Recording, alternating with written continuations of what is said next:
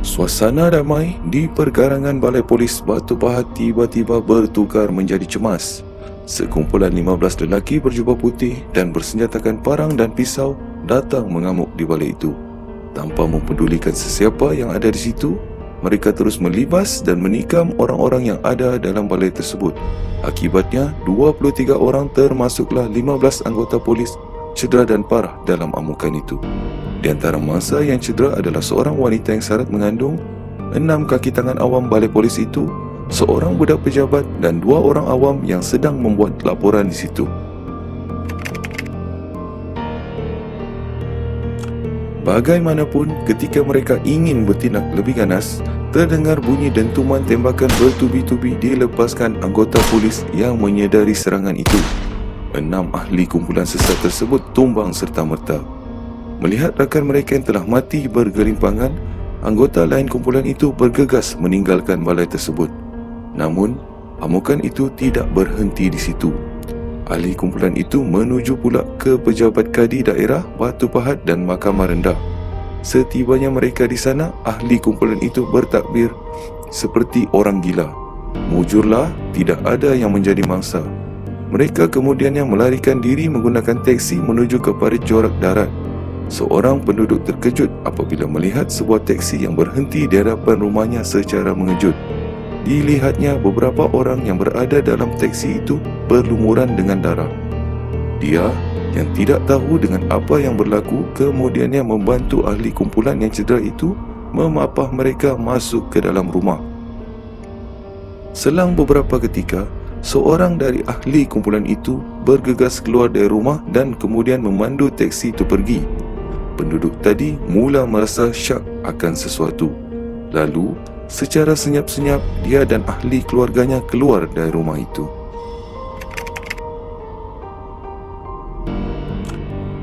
Kemudiannya, penduduk tadi bergegas ke balai polis Tongkang Pecah dan melaporkan apa yang terjadi.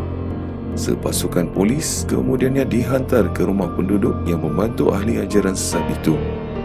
Polis terpaksa melepaskan tembakan kerana anggota ajaran sesat itu tidak mahu mempedulikan arahan polis. Kedua ahli ajaran sesat mati serta-merta di tempat kejadian. Tidak jauh dari situ, polis berjaya menangkap saki-baki ahli kumpulan tersebut. Hasil pemeriksaan dan soal siasat yang dilakukan, ahli kumpulan yang membuat amukan ini berusia di antara 21 hingga 60 tahun. Pegawai polis juga menemui sejadah bendera putih yang mengandungi ayat 2 kalimah syahadah dan perkataan Muhammad, Mahdi dan Isa dalam huruf Jawi berwarna hijau dan putih.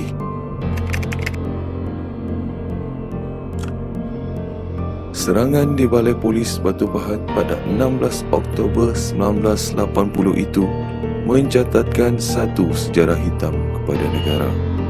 Lantaran fahaman songsang yang dianut oleh kumpulan 15 lelaki itu betul-betul memberikan satu pengajaran besar. Kegilaan kumpulan tersebut menyerang dan mencederakan orang adalah satu perbuatan yang tidak bertanggungjawab. Seramai 23 orang yang tidak berdosa cedera akibat amukan ahli ajaran sesat itu. Ada di antara mereka yang putus jari dan ada juga yang putus pergelangan tangan.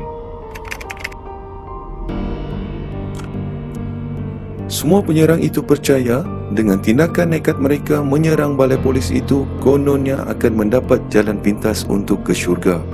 Mereka juga yakin dengan membunuh semua orang kafir di negara ini membolehkan mereka untuk masuk ke syurga.